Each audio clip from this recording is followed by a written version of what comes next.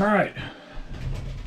I hope this works. This is my other GoPro Hero something. 10? But it kind of does not like being cold and wet for too long. There's something wrong with this one too, but I just dried it out in the heater, the wall heater. It's recording, it's working again. I was going to take that hunting last evening. I left it on the quad on the GoPro stick overnight. No big deal, right? It's supposed to go underwater, and then it was acting up, but it's working now. So, let's get into it. Now, the river is absolutely chocolate milk, blown out, flooding, rocking. So that's it for those floating the river for now. Now I have to concentrate on getting all my gear ready to go. I'll be stopping in the coastal mountains if I have time. If I can pull it off and leave a day early, I will go through Squamish and I will go up the Squamish main line to where that man saw that thing behind the stump, take a picture of his face. And I'll go there, park, figure out where he took that photo from. He sent me the picture and I'll set up my camera and I'll walk right up there and show you guys. And you know what else? I just finished putting in a new 2,000 watt inverter in my truck. Just did it. Got my truck back. And it works. So I will be using that to recharge my rechargeable item so that I can operate the Starlink and the internet anywhere and hopefully get back to my original goal of live streaming a hunt. And I'll be doing that too. So if I can, I will be able to. I'll take you to where if I get the extra day, I'll take you guys to where he took that video or photo. I'll set up the internet and I'll do it live. Why not do it live? Wouldn't that be fun, right? Take you there to where he saw that face live. That's what I'll try to do. What else? The truck? I kind of had to guess what was going on. He's a super nice guy, but it's a $1,500 part, right? I know they screwed up in the first one. And he's an honest mechanic, though. And I believe, well, he kind of might have twisted the truth a little bit by saying he got another brand new one. He's waiting for the manufacturer to pay him his money, etc., etc. Meanwhile, I drove away, conked out again. And then he finally admitted yesterday, he goes, well, we had another Chrysler fuel pump here, and the plug-in was, something was wrong with the plug-in. And it wasn't telling the computer the right message. So they got that straightened out finally. It cost me a lot of money and time and aggravation. A lot of people say, it's time to get a new truck. Why do you got that truck? I have that truck because it's a Cummins diesel. You take care of them, you'll get 1,000,000 frickin' kilometers out of them. Right? And they're very cheap on fuel. And I own it, and I can't stand making payments on anything. And it's old enough that I can somewhat fix most of the items myself. I've always fixed all my own shit. But I will not fall into this, get suckered into buying a brand new vehicle. It's not going to happen ever in this lifetime. It's the biggest gimmick they ever made. Off topic.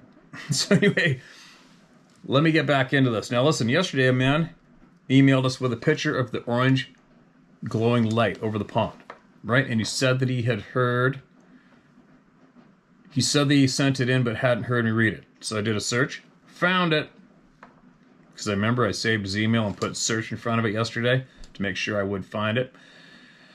And I like to do what I say I'm going to do, so I did it and I found it and I'm going to share it right now. Might have to adjust the lighting in here a bit, maybe. Excuse me. Alright, this is fairly recent, I think. This is titled, Is There Really This Much Weirdness? Yes, there is. Hi, Steve, and all the members of the club. Yes, you can use my name.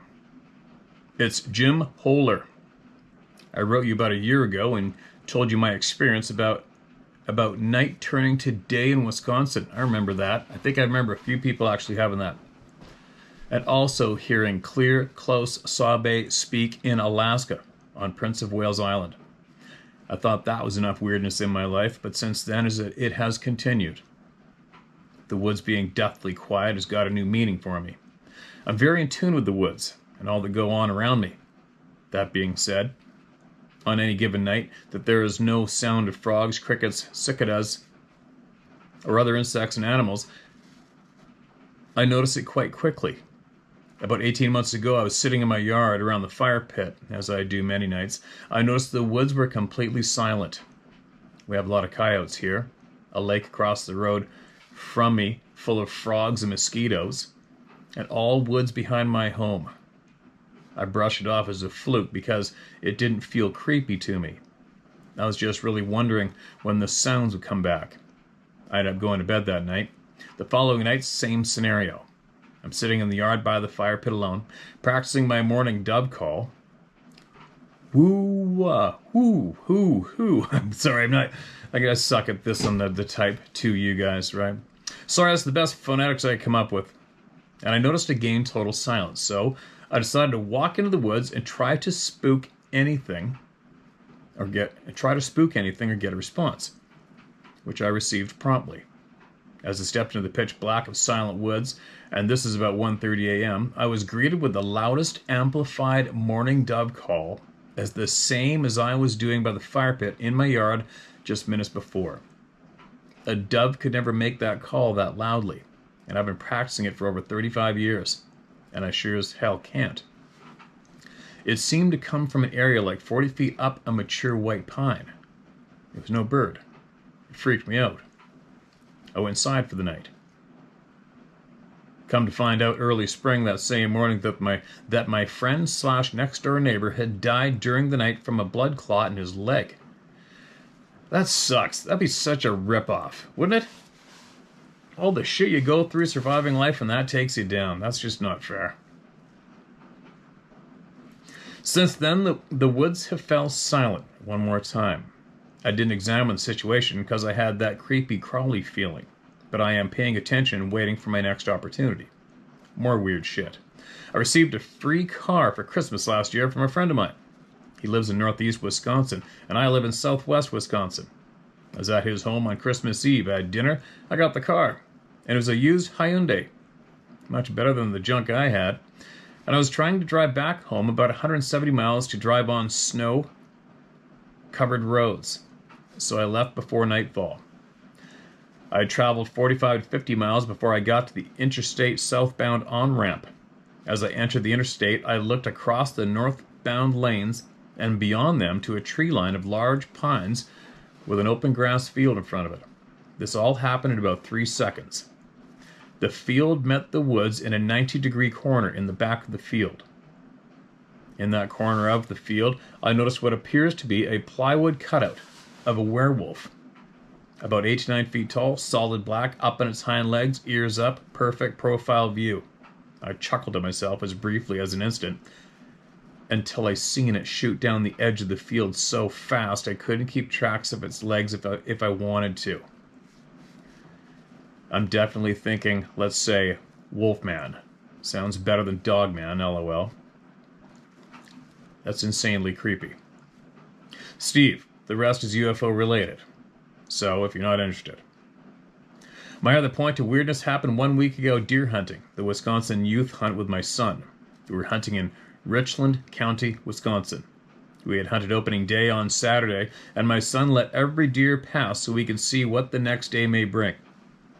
Sunday, the following day, my 13-year-old son was super eager to get a deer and dreaming of a buck, but also wanting venison to fill our freezer. We have 20 deer tags between two of us for the gun/bow whitetail season. Holy crap, that's a lot of deer. We're allowed 3 deer a year here, and not all the same species in British Columbia. 20 deer, wow. Whitetail are delicious, by the way. I wouldn't complain about that. We were watching the wood line at about 3 p.m., just before the yearlings come out to feed in the corn, and my son says, I just want to shoot something. I looked at the ridge top above the trees, and I see something black headed our direction. The clouds were very scattered and low-lying, but still hundreds of feet above the hilltops. What I immediately thought was turkey buzzards soaring on the currents. So I jokingly say to my son, who has a deer rifle in his hands, shoot that. Bird? Wait, it has no wings. What the F is that? I watched it in clear daylight as it passed over us. It was remarkably clear that it appeared to be a flying, rectangular trunk, maybe as large as 12 foot long by 4 foot by 4 foot, all dark in color, but not pitch black. It is traveling across a southern wind heading west, and it did not change course, altitude, make a sound, no lights, no fuel trail. and had no propeller. I seen it perfectly clear, and I am dumbfounded. Since then, I've found a video of this same object in El Paso, Texas, 2 years ago. No way. High weirdness these days, Steve. All anyone needs to do is pay attention. God bless us all, and the People's Republic of North America. I know, right? Sounds good to me. For now, we'll just have to say, Can-Am. Thanks, Steve, for the outlet, the insight, the common ground, and for having the same morals and mentality. Seems some people are becoming a rare breed. Good luck in all the hunts and endeavors, Jim Hooler. P.S. My son took 2 does that Sunday. Right on. Good for him. That's really, really good to hear. Because you know what he's going to do? He's going to pass that on to his kids, and so on, and so on, and so on. And they're going to be very, very healthy because of that. That's a bizarre description of seeing something in the sky, for sure. That's something like what I saw in the ocean one time, frickin' years ago, in my tiny little 15.5-foot Hurston runabout with a 50-horse outboard, and I decided I was going to be adventurous. I was finally going to go all the way across the strait to Port Angeles, Washington State, on one of those. Not a ripple, there's rollers, but no wind. And I had a buddy of mine, well, let's go over there, let's do it. It's like, okay. We started ripping across. And we lost our nerve about 3/4 of the way, I think. We were way out there. We were punks. But I remember seeing something like that sort of come up out of the water on a big roll. And just one of those, what the hell was that? It just looked big, dark, semi-rectangular, not moving back or forth, like not under motion, but it just sort of, the rollers come up and things disappear, right? And you gotta wait for the next right wave. Never came up again. Don't know what it was, but it was big. I'll remember that. And your description took me back to that memory. Crazy. The Wolfman description freaks me out. The speed, it's a pattern you can't ignore. So many people. So many freaking people have shared that description. Double. Alright, speak. What do we got? Alright, here we go. This is titled Juvenile Dogman Creature. Go figure, right? The very next email. Thanks again for sending that email, man. And anything else you come across during your time, if you come across some missing puzzle pieces you think might be helpful here, get it into us, alright, buddy? Appreciate you. Hi, Steve. It's been a while since I've corresponded, but I thought these would be useful in some way to the good people that follow this channel. My wife and I were staying overnight at the Haunted Octagon House on 10 acres in Kentucky, USA. This house is actually a museum full of Civil War relics, and the spirits that remain there are evidently not all that resides in this property. That's an odd place to want to stay. My wife took this photo. One is the original, and the other is just a highlighted version of the original. This 10-acre property has 50-plus sheep that roam inside an electric fence, fully guarded by 3 Kengal dogs at all times. Kengal dogs. I wouldn't want to be shredded by one of those. Google up those dogs. They're big. Guarded by 3 Kengal dogs at all times, or to the best of their ability. I think those are Afghan dogs. Are they from Afghanistan or something, or Asian? Whatever. Those are big-ass dogs. My wife began snapping photos of the property as soon as the 3 dogs sounded off, as if to alert of some impending danger. We did attempt to recreate this the following morning before leaving the property. She took several photos, as close to scale and distance as possible. We took daytime photos with me and without me standing in the same location as the subject.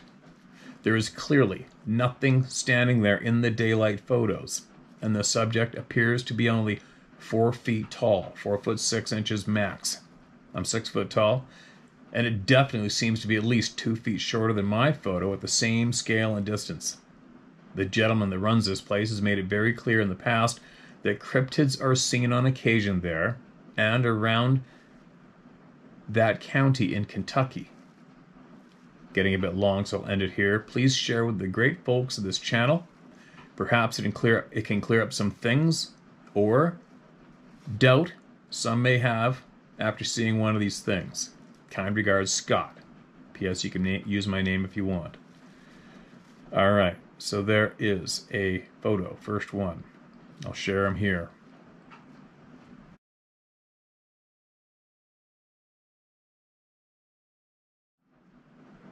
There's another one. Seems a little more exposed.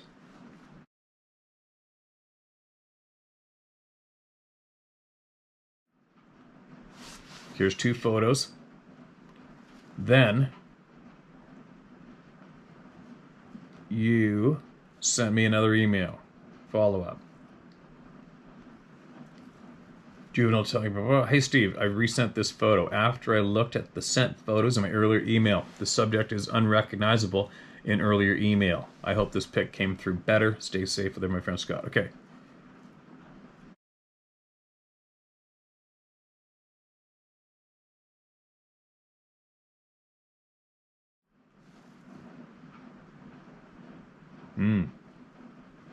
All right.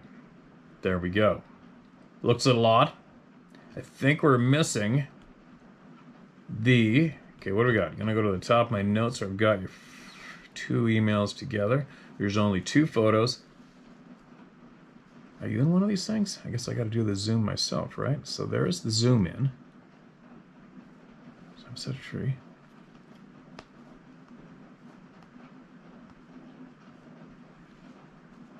Man, it's on my phone screen, you guys, so I don't know exactly what I'm seeing. One of them is apparently you, I guess. If we're missing photos, send them again. All right, but as requested, I'm sharing what you shared. Interesting. One of those had to have been there things so far for what we can see, from what I can see. It's one of those had to have been there moments, right? Which I have all the time in my life. Now, who else? Look at me skipping. You know, this reminds me. This reminds me of the phones. Quick mention, a little off topic. As I know a lot of you are searching for truth. That's all I'm doing in life. I'm trying to enjoy life as best I can, which I do. I'm probably living 5 different lifetimes at once. My choice. And I always feel like I'm running out of time, and I try to get every single thing I can in before my time's up. But I'm almost wondering at times, all right, at times, because it's amazing to me the blatant atrocities. And yeah, I'm going to say something about this. The blatant atrocities that have gone on the planet here, across the seas, everywhere from the same dirty bastards. Now listen to me. These little items here. Like, lately I'm trying to figure out why so many people, you present them with some facts and they kind of look. And almost like right now, people's minds are programmed, no matter what the topic is, no matter how solid the evidence is on the topic at hand. And I'm talking numerous topics, okay, guys? Not just the ones that dominate this channel. Try to follow this with me. What I am suspecting, which may be a possibility, is these little devils here and the most common apps that the world seems to be on. So what would that be? Twitter or X, which I'm not on. I tried to be on it for about 2 days, I think. I got a warning and I got booted. I don't have time for it. Instagram seems to be global, pretty popular. YouTube. Now follow me. Now what do? We get on here. Even with the topics that interest us, we get on here and we go like this. You're just flipping through, right? And it's going in our eyes, hitting our brain, and it's almost like it is programming us for it to be normal, to just take a quick little glance at something and flick by it. You're picking up what I'm putting down? Now here's where I'll try to give a better description of what I mean. So we'll take a topic that was getting very popular just a little while ago. It was the movie that I as well helped promote. A lot, every single truther that I know promoted this movie, and it was the movie, I can't even remember the name of the movie. exposing governments, especially North American governments, at trafficking children, human trafficking. Remember? They're revealing truth, important truth, fact-based stories, truths, evidence in our face. Everybody promoted the living shit out of it, caused a great big uproar, and then what are we now? I don't even know how long ago it was, a month ago or something, and it's gone. It's gone. Even all of the people who really truly care have went like this. You know, like, and on to the next. And we managed to give that topic, that particular topic, X amount of attention, which in these days seemed to be a lot of attention, but we still flick past it. And I don't think that's our true nature. I don't think that's normal. I don't think it can't be normal unless we are daily, all day, for some, we're programming our brains to skip by. Is my brain meshing up with my lips? Are you picking up what I'm putting down? I just have a funny feeling. I mean, we are getting so much truth thrown in our faces, so much evidence thrown in our faces of so many different various absolutely alarming topics around the globe that do directly affect us. And what we seem to be doing on average is just swiping. Getting pissed off, making a comment, hit the like or dislike times, and then whoosh, it's gone. It's gone from your average human sight, and then you're off to the next item, and then you swipe. You swipe past that one, swipe past the next one, and our brains aren't really stopping and giving many topics the attention they deserve, the attention they should be getting from our brains. Why is that? Why is that? Maybe, possibly. You never know, right? If you got any input, whether you want to call me an absolute lunatic, I'm losing my shit finally, or maybe I'm making sense. Maybe you can add to it. Throw down in the comment section below. I have a funny feeling this just may have something to do with what's going on. Big time, and this little devil is one hell of a contraption they came up with, is it not? It's an amazing little item that grabs humans worse than a bucket of oats with a herd of horses. Way worse. It's amazing to watch and be aware of. Alarming. What do we got? This is titled Bluff Creek. Hi, Steve. Just to finish the story to you. I've never found a single tracker on this campground. Never felt threatened in camp. My dad has never seen one, but almost all of his children and grandchildren have. After Dad retired, he became campground host for 28 years. The grandkids would spend their summers here. We never had any scary things happen here. I don't know what the deal is. I've watched you for years now, and the patterns are very compelling. Anyway, when you get down to the States, call me. I'd love to show you this country up there. I can get you to the film site and other squatchy areas. This area is also closed to humans during the rainy months, November to June. So I believe it's a sanctuary of sorts. The fall steelhead and salmon fishing is very good. October's the month. And then, a couple more picks for you. I'm 57 now and much more good for hiking. Too many years of chasing big salmon over the rocks. All right, well, the only picture I got was a little toddler in a crib, and I think that was a misshare. But anyways, and that is an example of a second email coming after an original email. And then it gets lost and we read it, and then it kind of doesn't really make sense, right? That's the unfortunate thing when people don't send in everything in one. But I do remember you telling me about that area, and it was before the film site, right? Your family was there. And there was a lot of experiences going on there with everybody. I remember that. Speak the devil. So here's...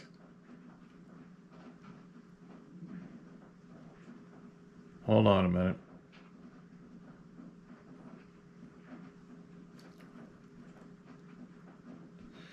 All right. This is titled Email Number 3. I hope it makes sense, but I'm going in. Thanks for sharing my story, Steve. The spelling may have been a little atrocious, lol. Alright, little mention about a town in New Brunswick.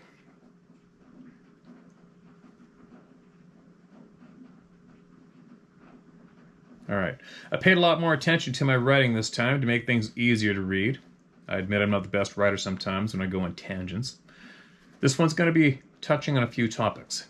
Mainly what I watched slash listened to today. And usually when the topics touch on things I'm familiar with or to give confirmation about, also hearing something similar. All to add to the knowledge. And maybe my point of view on things might help at least one person.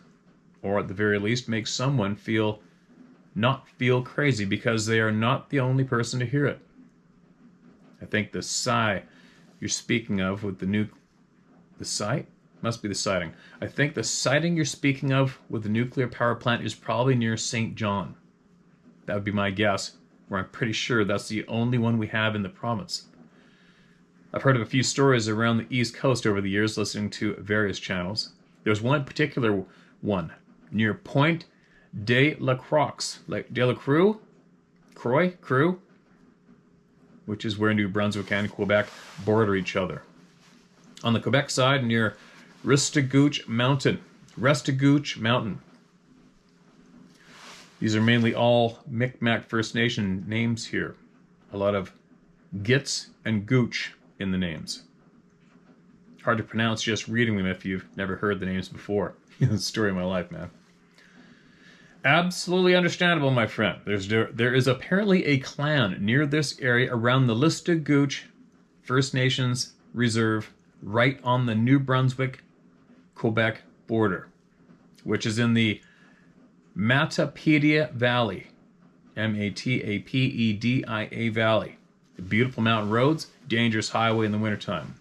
There's just 2 lanes, cliff wall on one side and cliff down to Restigouche River on the other side. Sometimes there is no guardrails.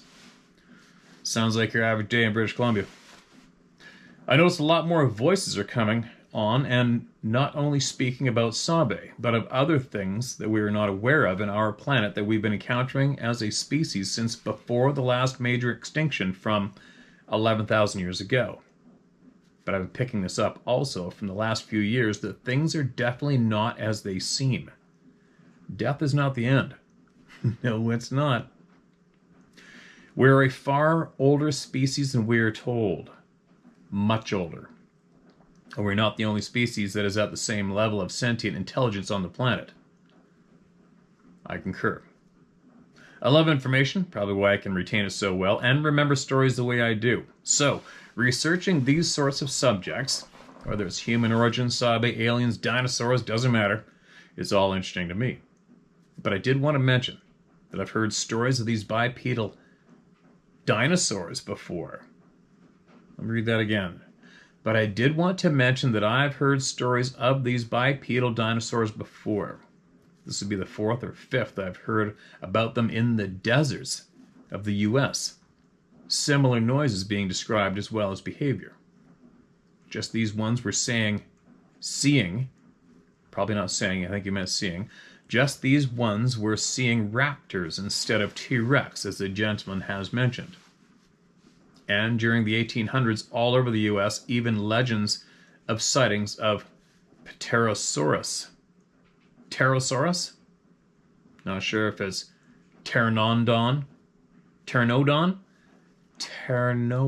or pterodactyl. Either way, descriptions are very accurate.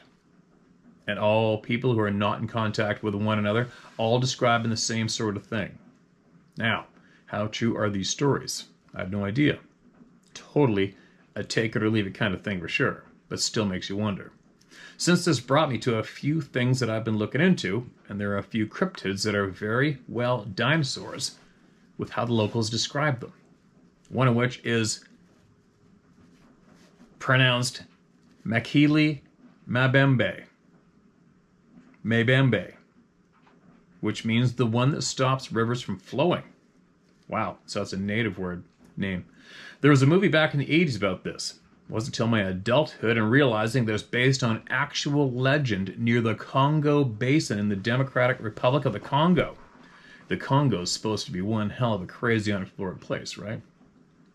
And this is basically the same thing. The locals here, like all of us, they know their local wildlife. But when the investigators keep trying to point out, oh, did you see a giraffe? Know this. Pointing at a damn brontosaurus. Then the experts point at hippos. And same thing, the locals say no. These go after hippos. They do not get along. And yet again, pointing at the image of the brontosaurus, saying that that is the creature they've been seeing. But with this being on the table, there have been prehistoric fish that have been supposed to have been extinct for hundreds of millions of years. The coelacanth. And they still fish these out of the waters, and they are totally unchanged from the fossils. And these are fish that were only supposed to be alive during the Triassic era, over 200 million years ago. There have also been rock carvings discovered that are over 6,000 years old. One of them is a very good illustration of a stegosaurus. And this is 6,000 years ago, carved in a wall of pictographs in Cambodia, on the ancient ruins there. And it's got its skin on, and is drawn in a way that the drawer has seen this animal. I don't think they actually went extinct 65 million years ago, since we're now learning that it won't necessarily take millions of years for a fossil to develop, and this can happen instantaneously. So, this begs the question on what really happened on this planet thousands of years ago, because I can speak for everyone here on this channel. And we've all been on the same page about being lied to for centuries about nearly everything. But some of the readers have been mentioning the Book of Enoch, as well as the Emerald Tablets, which does have some parts of our history. I'm starting to believe that a lot of it is pretty scattered, and most cultures on the planet each have pieces, and most indigenous peoples have nearly all of it, since the First Nations here in North America can trace back to over 30,000 years. Meanwhile, the so-called history experts in the academics totally ignore the history of all these people and just stick with their hypotheses and try to give this dumbed-down explanation that doesn't even make any logical sense. Even how they say the pyramids were built doesn't even make any sense. 3-ton bricks rolled on logs and built by slaves? What? Yeah, okay. I know I've been lied to for a while. This scam-demic really showed us how much they can lie and manipulate. And, well, it would just be a matter of time till we, the people, decide enough is enough and really show those lying assholes how little we actually need them. And you said it too. I've also been saying it. All it would take would be the whole country to stop going to work and not spend a cent for a good solid week or two, instead of how they forced us to do it a couple years ago. All those lies are unraveling, and the powers that be are scrambling and screwing up, and their lies are getting more and more obvious now. How long will it take for other Canuckistanians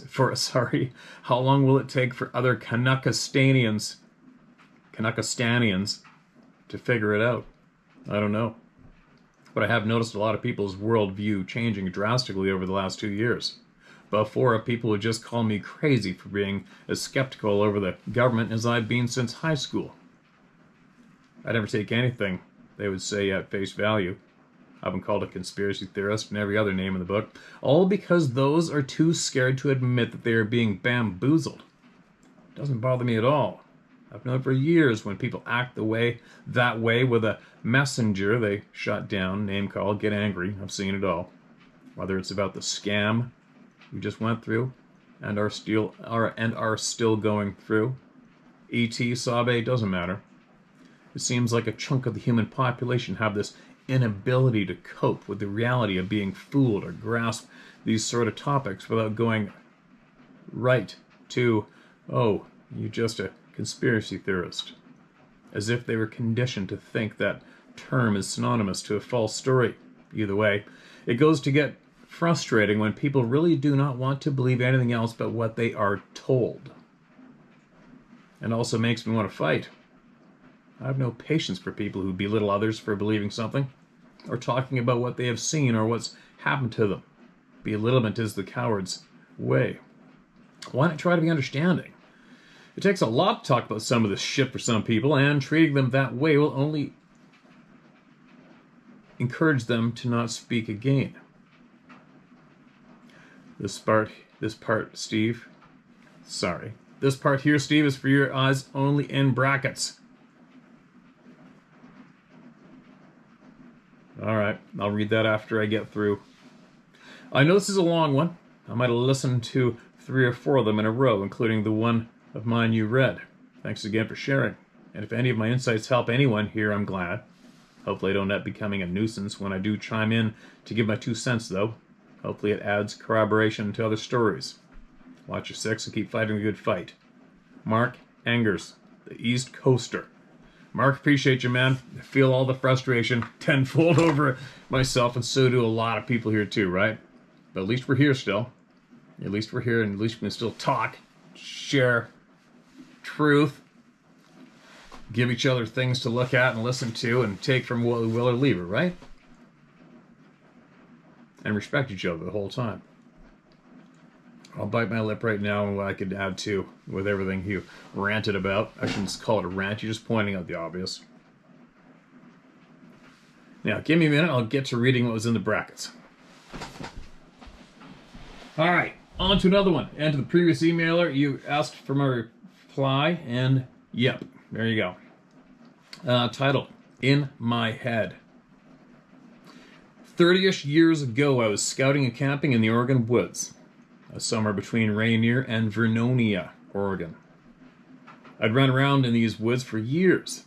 This time I was camping at a gate that you could only walk past. It was Weyerhaeuser land, and no vehicles at the gate. I was laying in my bedroom contemplating on getting up to make coffee. I heard a loud banging. At first I thought it was squirrels dropping pine cones out of the trees for their winter food, and I realized it was way too loud for that. I got up and walked about 80 yards to the edge of the large draw. I could see a tree shaking or vibrating a couple 100 yards down the canyon. I started looking through my binoculars, but could not look through the canopy of the trees to see what was making the tree move. So, at 23 years old and not scared of nothing, I tightened up my boots and headed over the edge. It took about 20 to 30 minutes to get to where I thought the noise was coming from. Did not see nothing, but I swear, something in my head said, that is far enough. I looked around to see if someone was playing a trick on me. All I got was an eerie feeling. I left the area kind of slow, kind of fast, constantly looking at my back trail above me and everywhere. I got back to my truck, made some breakfast, and sat on the edge of the draw staring down at my binoculars, trying to figure out what was making all that racket earlier. I headed out around noon because I had to work the next day. Following weekend, I figured I was going in the backside of that area off of another road. It was probably half a dozen miles up and down through the timber. I was a couple miles away from where I thought I needed to be when I started getting the hair on my neck standing up. Now, Steve, I've seen mama bears with cubs bawl out screaming and snot blowing out of their nose. Even my mother threatening to rip my ears off if I didn't do what she said. But I have never been this scared in my life. That same voice in my head said, that's far enough. I looked around again, but did not stay long. I'll be honest, I kept looking over my shoulder. It didn't take me near as long to get back to my truck as it did to get to that spot.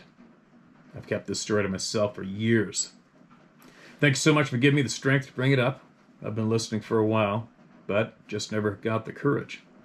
Thank you. Keep up the great work. You encourage a lot of people that never thought it could be. You can use my name, Don Allen. God bless. God bless you too, Don Allen. Appreciate you sending that in, man. Sucks to harbor that shit for so long and be nervous to share it, right? Nervous to share it. Not anymore. Not here. Not here.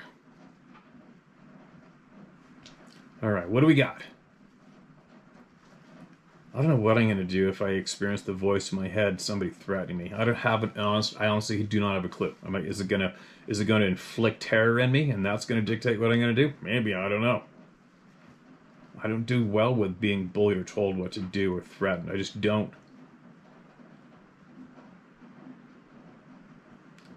Okay, where's another one? This isn't right here. So many freaking emails. All right, here we go. Here's another one, older one, I think. This is titled My Invisible Guest.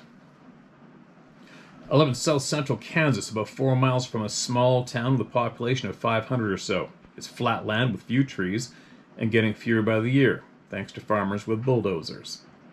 I'm fortunate enough to live in one of the few tree rows we have left around here, which makes for interesting encounters with all kinds of wildlife. In the winter of 2021, I believe it was the month of November, when we started having strange sounds like someone or something was scratching on our houses. Plus, we both had the feeling we were being watched.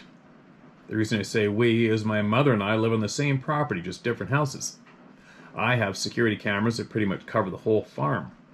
When these strange sounds started, I noticed one of my cameras would start recording. And then a different camera would go to recording, but there's nothing in the video it recorded. This was happening 7 to 10 times a night. Plus, every time the cameras would go to recording, the dogs would walk around the house with their hair standing up, growling and smelling the air. One night I thought I would let them out to see what they would find, but to my surprise, they wouldn't go out.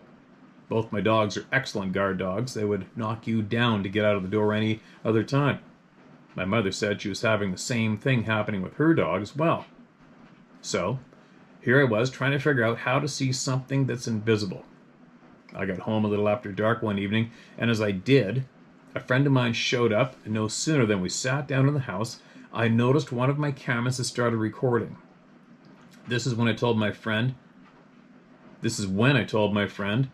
how all the weird stuff that had been going on around here lately, and his reply was that maybe I had a ghost or a being of some sort hanging around that I needed to smug the farm with sage. Smudge, you meant. Smudge the farm with sage. That's what gave me my answer to my earlier thought. How do you see something invisible? There wasn't a breath of wind outside and the humidity was fairly high, so I went to my wood-burning stove, which is the only source of heat I have, and poured a bunch of oil in it with some wood that was fairly green yet, so it should smolder pretty good. I light the stove and sat down to talk to my friend. It wasn't 10 minutes, and I noticed one of my cameras was recording, and by this time I had a nice heavy fog of smoke blanketing the farm. As we continued talking, I noticed something had stirred the smoke up in front of one of the cameras, and it was recording. I waited for it to stop recording, then rewound it and watched. At 42 seconds into the recording, you could see something that was around 10 feet tall. Dome-shaped head with very long arms. I couldn't believe what I was seeing. My friend was speechless. I bet we rewound that recording and watched it 50 times, and both of us were seeing the same thing. It honestly looked like the wooden Bigfoot I had cut out of a piece of plywood and hung on the outhouse. The next day my grandpa was out to visit, so I showed the footage to him and my mother, and the first words out of my granddad's mouth was, "Looks like a Sasquatch to me." The odd noises and camera recording went on for about a week and a half, and we haven't had anything like that since. Makes me wonder if these beings are way more advanced in technology than we are. If they have the ability to cloak themselves or being able to shapeshift, just maybe we aren't the ones studying them. Just maybe we're the ones under the microscope. I know they have excellent vision in the dark, but their eyes must adjust to the changing light conditions. Otherwise, they wouldn't get close to my place because I have 2 yard lights on at night.